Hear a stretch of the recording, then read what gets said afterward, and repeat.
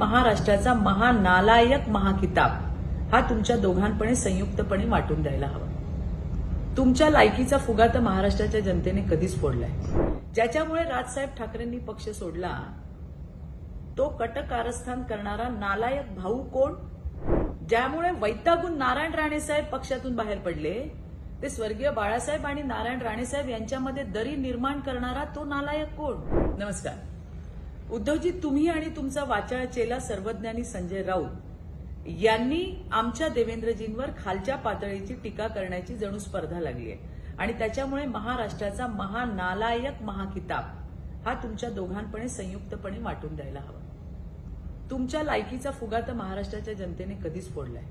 आता लायक कोण आणि नालायक कोण याची छोटीशी आठवण करून देते। ज्याच्यामुळे राजसाहेब ठाकरेंनी पक्ष सोडला तो कटकारस्थान करणारा नालायक भाऊ कोण? ज्यामुळे वैतागून नारायण राणे साहेब पक्षातून बाहेर पडले ते स्वर्गीय बाळासाहेब आणि नारायण राणे साहेब यांच्यामध्ये दरी निर्माण करणारा तो नालायक कोण? वडिलांच्या ज्वलंत विचारधारेला तिलांजली देणारा तो नालायक मुलगा कोण? सत्तेसाठी मुख्यमंत्री पदासाठी आपल्याच मित्र पक्षाला धोका देणारा, शत्रूशी हात मिळवणी करणारा तो नालायक मित्र कोण? काँग्रेसला आयुष्यभर शिव्या दिल्यानंतर आता काँग्रेसच्या दरबारी दिल्लीला सोनिया दरबारामध्ये पायावरती लोळण घेणारा तो नालायक कोण? 2.5 वर्ष जनतेच्या दारात आणि शेतकऱ्याच्या बांधावर न जाणारा तो नालायक मुख्यमंत्री कोण? कोविडमध्ये माणसं मरत असताना त्यांच्या टाळूवरचं लोणी खाणारा तो नालायक मुख्यमंत्री कोण? ओवेसी आपल्या मातीमध्ये येतो, औरंगजेबाच्या कबरीवरती फुलं वाहतो, त्यावेळेला शेपूट पाठीला लावून पळणारा तो पळपुटा नालायक कोण?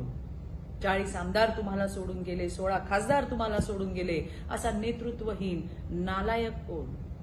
आणि उद्धवजी, आमच्या देवेंद्रजींना अटक करण्याचं कटकारस्थान करणारा, तयारी करणारा तो खलनायक नालायक कोण? आणि म्हणून उद्धवजी, तुमच्या नालायकपणाची, तुमच्या निर्लज्जपणाची आणि तुमच्या कोडगेपणाची लिस्ट फार मोठी आहे। यापुढे आमच्या देवेंद्रजींवरती बोलताना सांभाळून बोला। धन्यवाद। जय हिंद, जय महाराष्ट्र।